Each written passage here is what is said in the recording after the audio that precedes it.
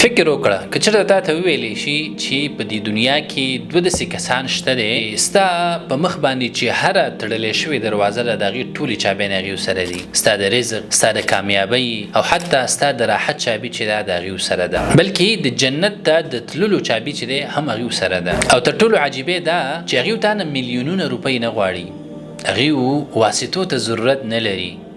هغه دواړه کسان چې دی اوس ستا په کور کې انتظار کوي او یا ستا د یو ټلیفون منتظر دي.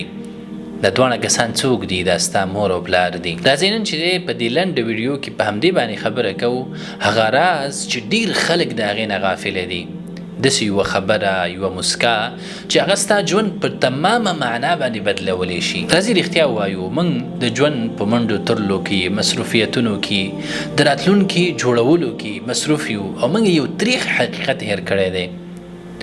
تاسو چې دی ځوانیږئ او هغوی چې دی زړیږي، د پلار په لاسونو کې دا کوتونه، د مور په سر کې دا سپین ویښتان، دا همداسې نه دي، بلکې ستاسو د کامیابۍ دپاره د هغې کوششونه دي، د هغې بېخوبي ده او هغه اندېښنې چې دا یو قیمت لري. ځینې خلک چې دی داسې فکر کوي چې د مور او پلار خدمت کول دا یو دروند کار دی او یو بوج دی.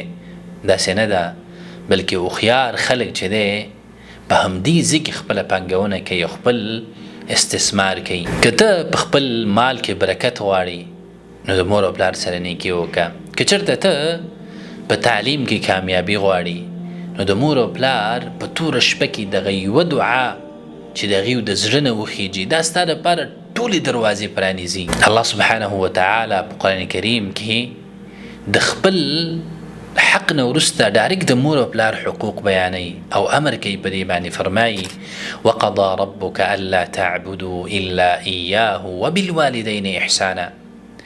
دا صرف یو اخلاقی نصیحت نه دی، بلکې دا یو نړیوال قانون دی چې مکافات د عمل دا جنس دی، څه چې کوي هغه بریبي. نن چې ته مور او پلار سره کم وضعیت کې، سبا چې دی ستا بچي هم تا سره همدغه کوي. نو موږ څنګه کولی شو چې په عملي توګه باندې د خپل مور او پلار سره نیکي و احسان وکړو؟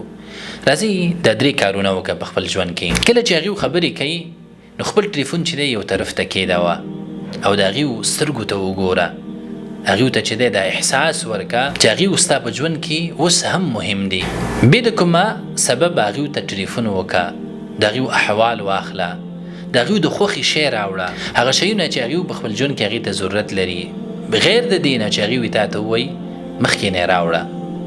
هغې به فکر وکړي چې سره د دې دومره مصروفیتونه چې دا په خپل ژوند کې مصروف دی، بیا هم زموږ فکر هغې سره شته. دریم، کله چې یو ترخه خبره راشي، جنجال راشي، نو هغه ترخه خبره چې ستا خولې ته راځي هغه تیره که وقل لهما قولا کریما. او د مور او پلار ته چې دی عزتمنده وینا وکړه، نرمه خبره ورته وکړه، په ښه اسلوب او په ښه طریقه باندې چې دی هغې سره خبرې وکړه. په داسې وخت کې د نفس کنټرول چې دی دا تر ټولو غوره جهاد او اعلی نیکي ده. د مور او پلار خدمت چې دی دا په شعارونو او صرف خبرې نه دي، بلکې دا یو عمل دی.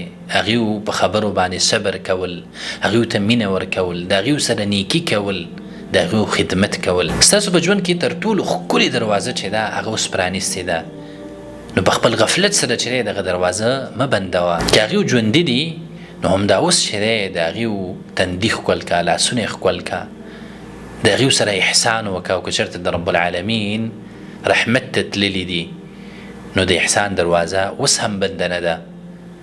هغې ته دعاګانې وکړه، د مغفرت دپاره یې سوالونه وکړه د رب العالمین نه، او د هغې طرف نه چې دی صدقه ورکړه. مخکې دې نه چې دا ویډیو ته بنده کړي فکر وکړه چې آیا په حق سره تا د مور او پلار خدمت کړی دی، هغې سره د احسان کړی، د هغې حقوق دې ادا کړي دي؟ آیا ته د دې جوګۍ او تا په خپل ژوند کې دا حاصل کړي دي چې خپل رب د هغې په رضا باندې راضي کړي؟ که چېرته دا دې کړي نو ته ډېر نیکبخته یې، او که چېرته نه یې کړي او اوس هم چې دی تا سره وخت شته دی، دا دروازه د باندې نه ده بنده شوې، د هغې خدمت او هغې چې دی په خپل ژوند کې رضا کړه.